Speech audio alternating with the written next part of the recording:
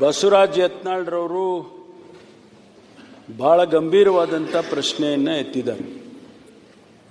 ಮಾನ್ಯ ಸುನಿಲ್ ಕುಮಾರ್ ಅವರು ಮತ್ತು ಮುನಿರತ್ನ ಅವರು ಕೂಡ ಬಹಳ ಆವೇಶಭರಿತವಾಗಿ ಮುನಿರತ್ನ ಅವರು ಮಾತನಾಡಿದ್ದಾರೆ.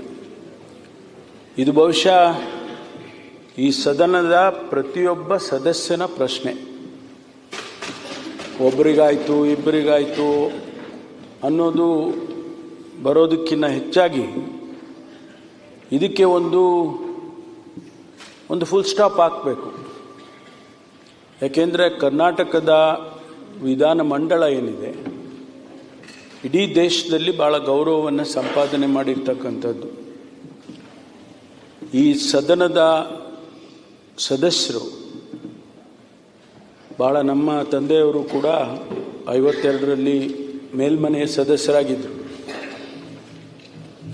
ಭಾಳ ದೊಡ್ಡ ದೊಡ್ಡ ವ್ಯಕ್ತಿಗಳು ಈ ಸದನದಲ್ಲಿ ಸದಸ್ಯರಾಗಿ ಅವರ ಕುರುಹುಗಳನ್ನು ಈ ರಾಜ್ಯದಲ್ಲಿ ಬಿಟ್ಟೋಗಿದ್ದಾರೆ, ಅವರ ಆದರ್ಶಗಳನ್ನು ಬಿಟ್ಟೋಗಿದ್ದಾರೆ. ಅಂಥ ಸಂದರ್ಭದಲ್ಲಿ ಈ ಸದನದ ಗೌರವವನ್ನು ಕಾಪಾಡಬೇಕಾದ್ರೆ, ಸದನದ ಮರ್ಯಾದೆಯನ್ನು ಕಾಪಾಡಬೇಕಾದ್ರೆ, ಸದಸ್ಯರ ಮರ್ಯಾದೆಯನ್ನು ಕಾಪಾಡಬೇಕಾದ್ರೆ ಬಹುಶಃ ಇದಕ್ಕೆಲ್ಲೋ ಒಂದು ಕಡೆ ಇತಿಶ್ರೀ ಆಗಬೇಕು. ಇಲ್ಲದೆ ಹೋದರೆ ಇದನ್ನು ಹೀಗೆ ನಡೆಸ್ಕೊಂಡು ಹೋದರೆ ಬಹುಶಃ ಭಾಳಷ್ಟು ಜನರಿಗೆ ಅವರವರ ಮರ್ಯಾದೆಯ ಪ್ರಶ್ನೆ.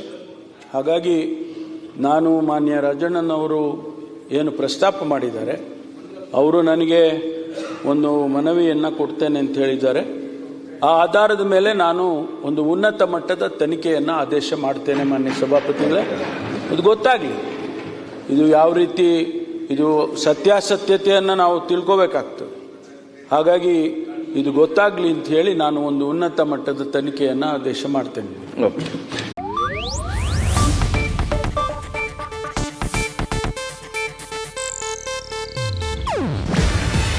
ಇದು ಏಷ್ಯಾನೆಟ್ ನ್ಯೂಸ್ ನೆಟ್ವರ್ಕ್ ಪ್ರಸ್ತುತಿ.